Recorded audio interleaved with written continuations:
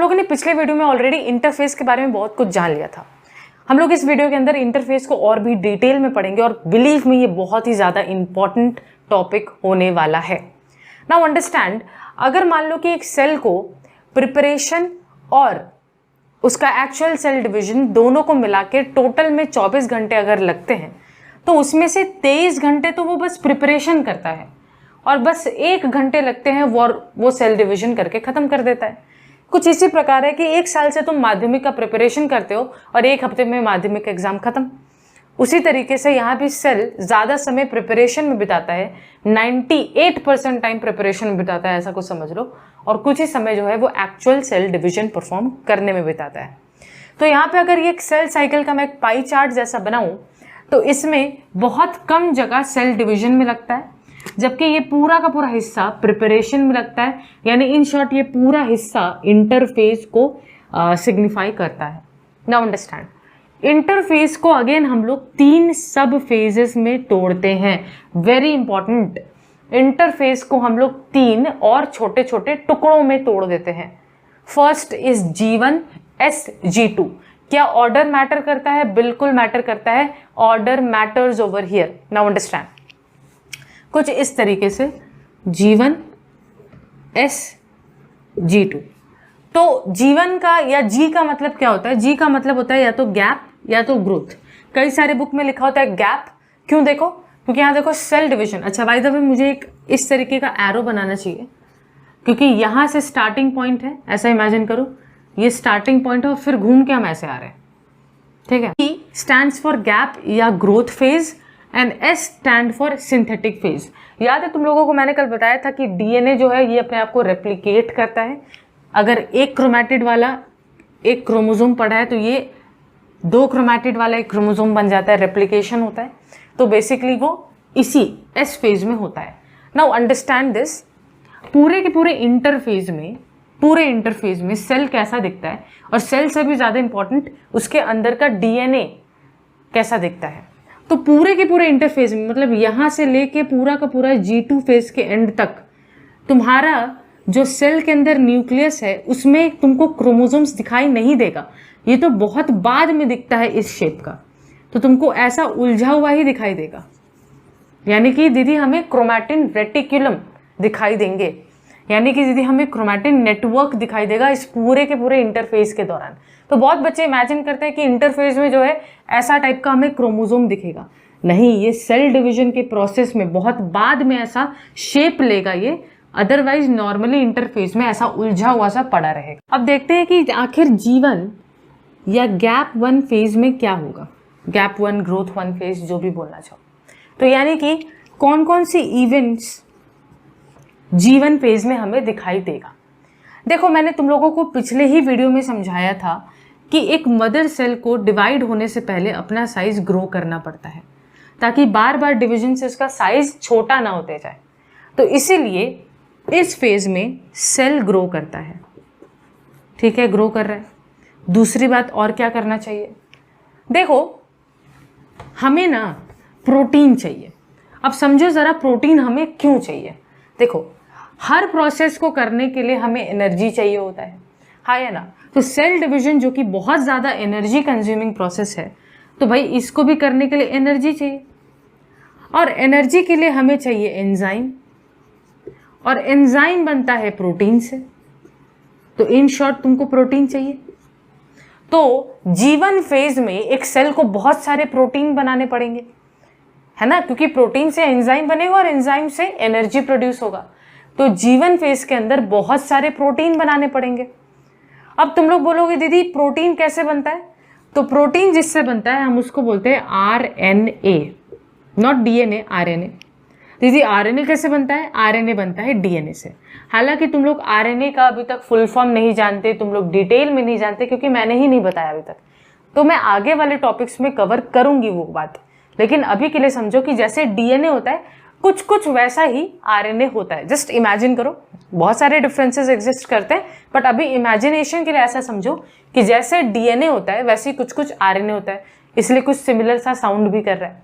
तो देखो, DNA जो है, तुम्हारा DNA जो न्यूक्लियस के अंदर इस तरीके से क्रोमैटिन नेटवर्क पड़ा है, वो तुम्हारा आरएनए बनाता है। ओके, फिर आरएनए तुम्हारा प्रोटीन बनाता है, फिर प्रोटीन से एंजाइम बनता है और अल्टीमेटली एनर्जी प्रोड्यूस होता है। तो अगर तुम प्रोटीन बनाना चाहते हो तो तुमको आरएनए तो बनाना ही पड़ेगा ना। इसीलिए जीवन वाले फेज में आरएनए प्रोड्यूस होता है, और प्रोड्यूस को हम बायोलॉजी की दुनिया में बोलते हैं आरएनए का सिंथेसिस होता है।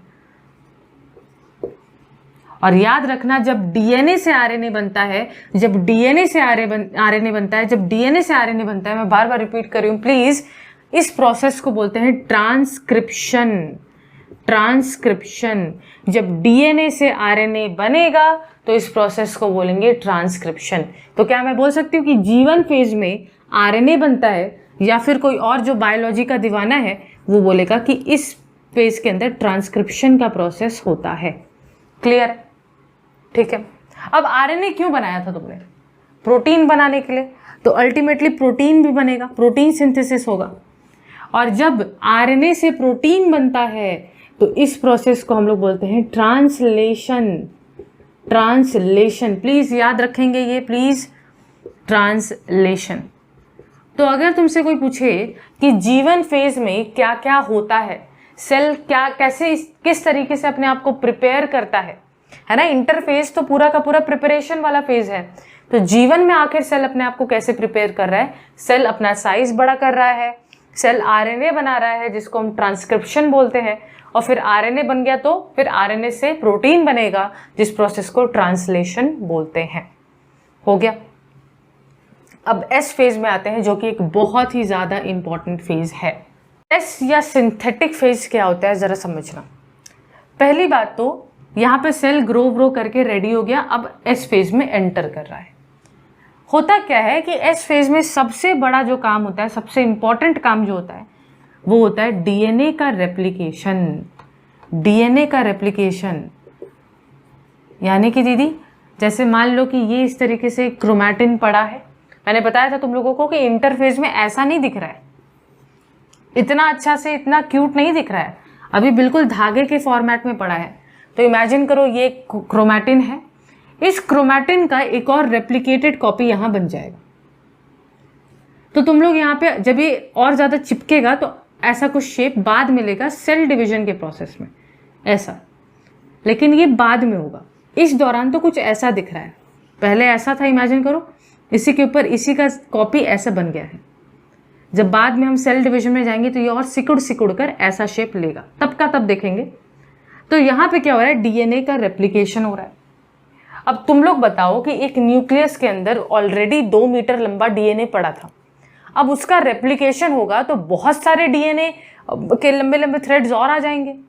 तो फिर उतने छोटे न्यूक्लियस में फिर से उनको बाइंड करके रखना पड़ेगा, उनको उलझा के रखना पड़ेगा। और उनको बाइंड करने के लिए हमें क्या चाहिए? बाइंडिंग प्रोटीन यानी हिस्टोन प्रोटीन चाहिए जो डीएनए को बाइंड करता है। तो इस दौरान हिस्टोन प्रोटीन बनना होगा, और हिस्टोन भी तो एक टाइप का प्रोटीन है। तो प्रोटीन बनाने के लिए हमें आरएनए तो बनाना ही पड़ेगा ना, तो यहाँ पे आरएनए सिंथेसिस होगा।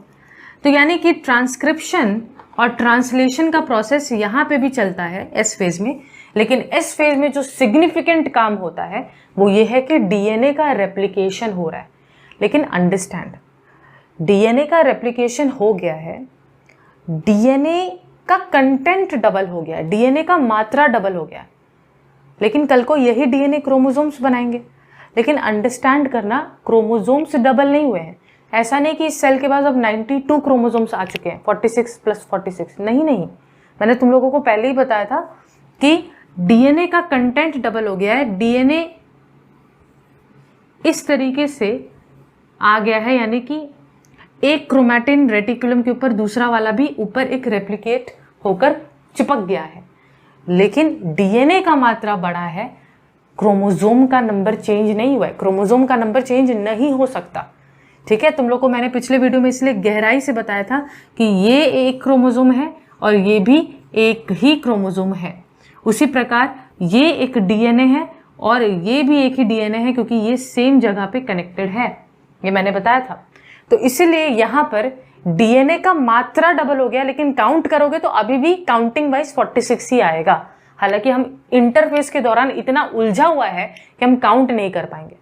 लेकिन बाद में जब ये काउंट करने लायक बनेगा तब भी ये 46 ही रहेगा, डबल नहीं हो जाएगा। तुम लोग को अगर ये मेरा पॉइंट समझ में नहीं आया, नो प्रॉब्लम, इस लेवल पे तुम लोग स्किप कर सकते हो इस पॉइंट को।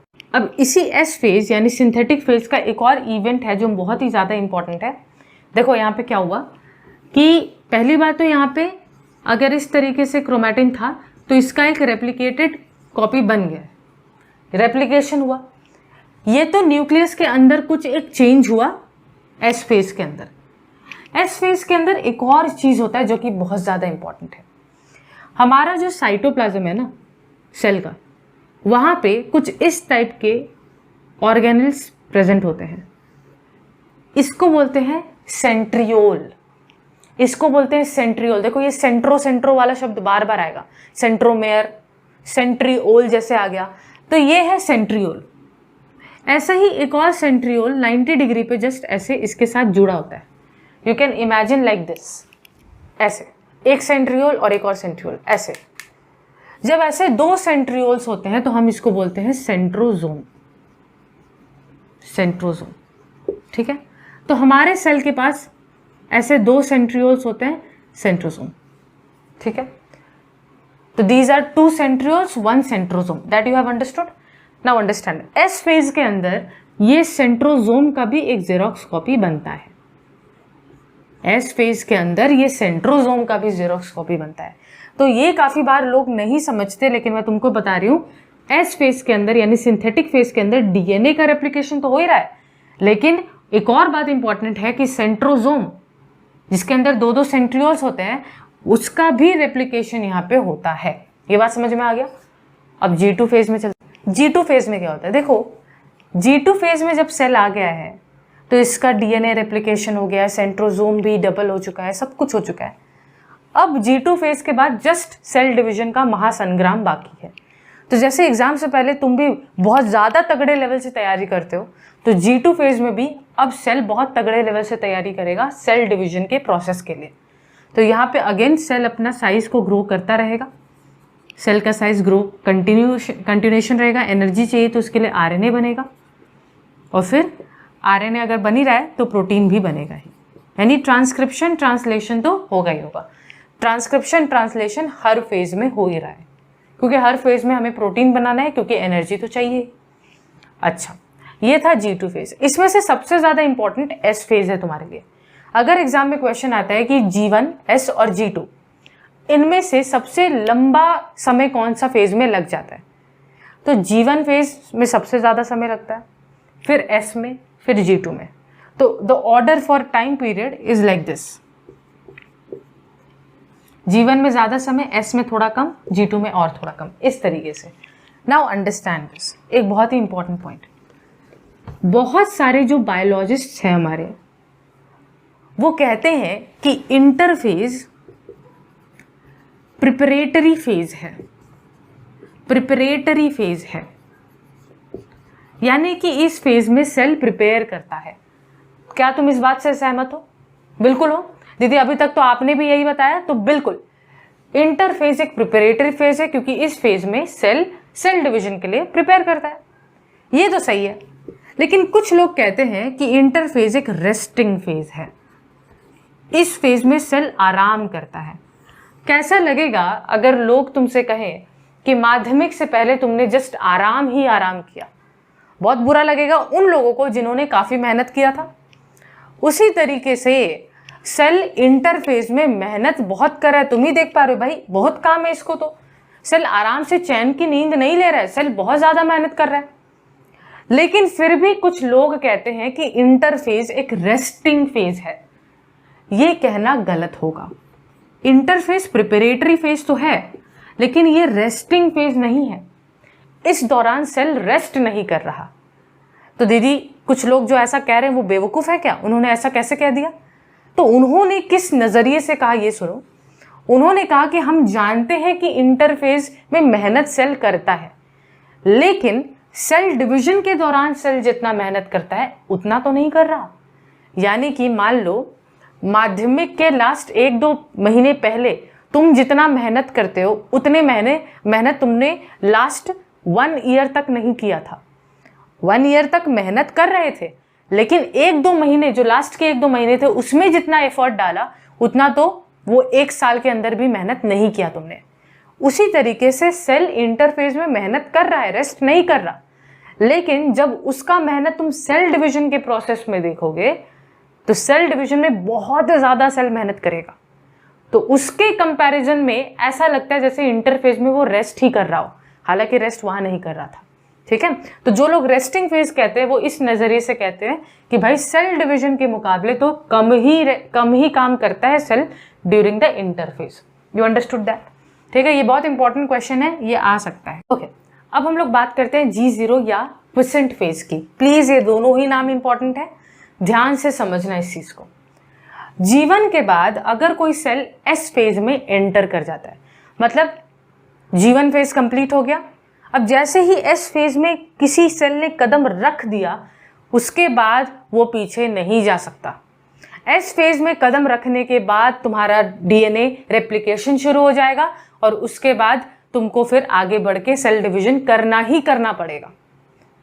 लेकिन कुछ सेल ऐसे होते हैं जो सेल ग्रो कर लिए, आरएनए प्रोड्यूस कर लिए, प्रोटीन बना लिए, उसके बाद वो एस में जाने के बजाय, क्योंकि उनको पता है कि एस में कदम रखा तो आगे तो जाना ही है, तो एस में जाने के बजाय वो इस पूरे के पूरे सेल साइकिल से एग्जिट कर जाते हैं, बाहर चले जाते हैं कि चलो यार हमको नहीं करना डिवाइड।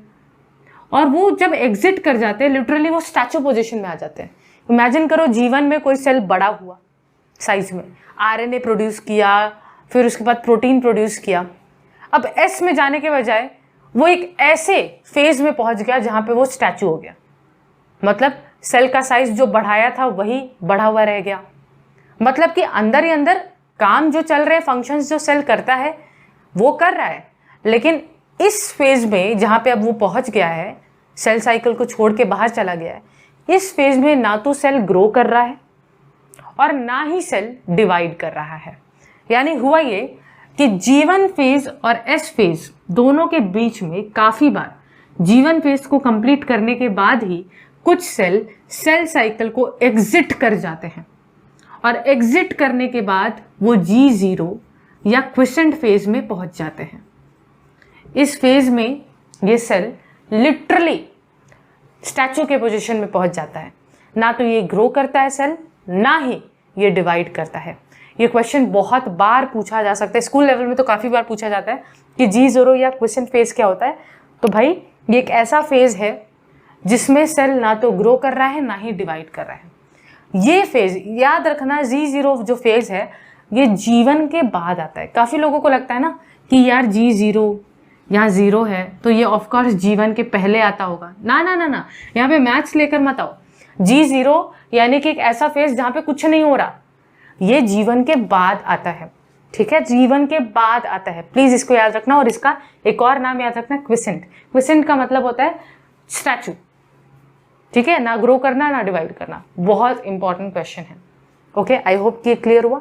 अगले वीडियो में हम लोग डिस्कस करेंगे माइटोसिस के बारे में, डिटेल में डिस्कशन करेंगे। हो सकता है कि वीडियो 40 मिनट जैसा लंबा हो जाए, लेकिन माइटोसिस से रिलेटेड हर एक टॉपिक को कवर कर लेंगे उसी वीडियो में, ताकि अगले वीडियो में फिर हम लोग मायोसिस शुरू कर पाएं।